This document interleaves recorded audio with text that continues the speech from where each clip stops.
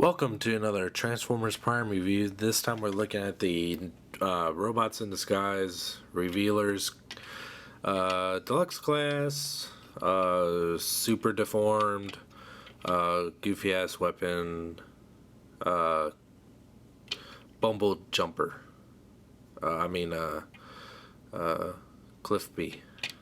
Cliffjumper, that's right. Yeah, this is a brand new mold. It's not the same as the first edition Cliffjumper, which I am expecting, by the way, for a comparison, but I don't have him yet. He has his weapon, which acts as both a hammer and a sniper rifle. And you can actually put on his roof, which is it's all right, I guess. And there's also another port right here, which is really weird. It's supposed to be a gas tank or something.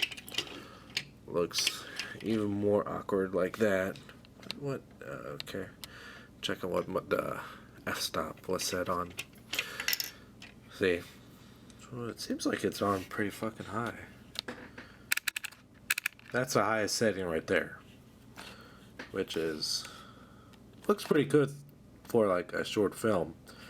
But not very good for reviews, because this is the setting that I used to film my reviews at, but it became hard to keep this object in focus, so I just take it up a few, like either here or here. This is a good one. That's the thing about SLR cameras, it's they're a little bit tricky to get the hang of. But yeah, a lot of people complained about the clear windows on this guy. I like the clear windows. It makes it more realistic. I don't care if you could see all the robot stuff inside. Doesn't bug me at all. What does bug me is that what I really like on the first edition is that it had a raised Autobot symbol here on the side. This one's lacking that. And for whatever reason, mine is having a hard time keeping stable. And this is a little bit on the small side as well, if we compare him to another Deluxe class figure, which looks fucking, this one looks giant compared to Cliffjumper here. I like Jazz. Jazz is pretty cool. So yeah, that's about it. You can pretty much see how this is going to happen here. That's pretty much it for the vehicle mode, the unevenness. Okay, starts transformation. Of course, let me pan up a little bit. I'm gonna kind of pull these out to the side and flip this part open. Up. And this other part will kind of, which is not exactly cooperating right now. There we go. This part folds up. It all kind of stays right there. We see, yep, it's still in frame. And I guess then I'll stretch out the legs, which has a red fake tire in them, which is really odd looking. Like that. Rotate the waist around. Fold down the feet, fold the feet around, and then this little section here that has a wheel that folds down. So legs are pretty much done there. Then I'll separate, actually before I do, I'm going to fold the roof up, and there's going to be a peg right here on this gray tab. Let me zoom in real quick. There's a peg on the bottom of that horn, which will peg into a hole underneath this hood here, like that.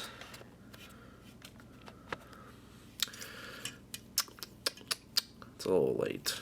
I gotta stay up late tonight. Gotta get myself into this staying up late routine. Then this bumper folds in on itself like so, and you pull out these pieces. These pieces. Go ahead and bring that up. We'll bring up the camera a little bit. Then swing out the hand. Fold this piece in, which has a not really a peg, but it's more two plastic pieces that kind of friction onto one piece, which is odd. And then continue to fold out the hand. This piece will rotate around, and then I'll do the exact same thing for this side. Which, okay, there we go. There we go.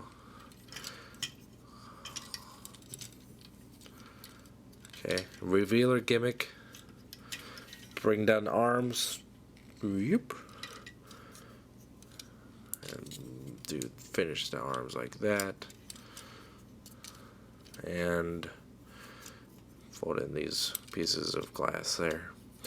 And there's Cliffjumper in robot mode, and he is super short, super stocky, and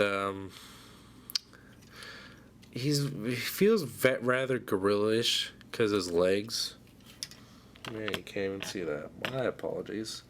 His legs are really on the short side, and his arms are pretty long, so he does have kind of a gorilla look to him. It doesn't help that he's kind of short to begin with, so it just really adds to that. His face is rather odd. He constantly has an agitated look, and his horns are soft too. His chest is a fake chest, fake headlights, but it's more accurate. But I really do prefer the more accurate transformation to the first edition, which is why I do like the legs.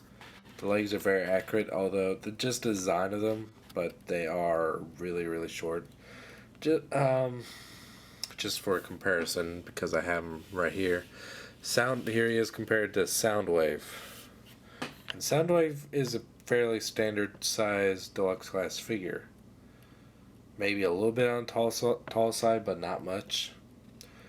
Yeah, there's a pretty big size difference, and their first edition Cliffjumper is pretty big.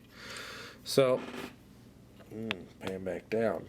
As far as articulation goes, he does have a ball joint in his really stubby head. Another ball joint in the shoulder, which the wheel on the back, the wheels on the bus go round and round. The wheels get in the way every now and then. A double hinged elbow, but really the massive and awkward forearm kind of gets in the way. He does have waist articulation, which is a good thing. Ball jointed and swivel jointed hips, and get that much with the knee due to the transformation, and he has double hinged ankles, so you can get some crazy stuff like that. And let's give him the kind of classic test to see if you can do a kicking pose on one foot, just for shits and giggles, because Cliffjumper is known for doing it. Oh, I think he can. There he goes. Actually, that doesn't look half bad. I was kind of fucking around with that idea, but it actually, let me get Soundwave here, right in the face. So, there we go. Oh shit. So that actually looks pretty good, especially with the foot Oh, there he goes. Spoke too soon. But let's see how easy I can put him back up. There you go. So you can do that with him. Overall, this figure is not bad. It does look good. Play a bit. Fuck. Let's get. I forgot. Get to his weapon. It's not really a mech tech weapon. Doesn't really do anything. His forearms come apart fairly easily. His weapon can either be a hammer, which is not very cool, or it can be a gun, which is a little bit cooler. Although, like most people, I do prefer the hand cannons that the first edition had, where his hands actually transformed into guns, which is another reason why I'm going to be getting a first edition Cliffjumper. The torso looks nice for being a fake transformation. Okay, so it's a bring him in and get some detail shots on him. Light piping on the eyes actually works pretty well, considering it's a clear piece of plastic that's painted blue for the eyes. Oh, my back hurts.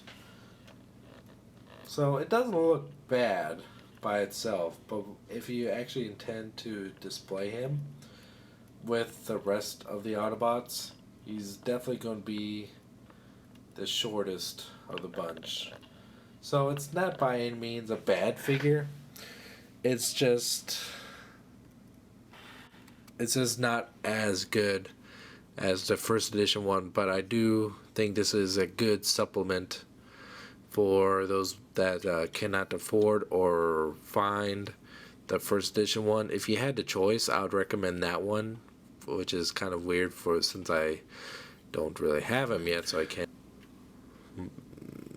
I forget what I was saying because the camera just stopped recording by itself, which is weird because I think even though my memory card that I'm using for this camera is class 10 SD, HD SD card, sometimes I guess it's just not as fast as it should be and it just kind of stops recording. Oh yeah, well, I don't think this is a bad figure by any means. And I do think it would be a good replacement for those who could not either find or afford to get a first edition.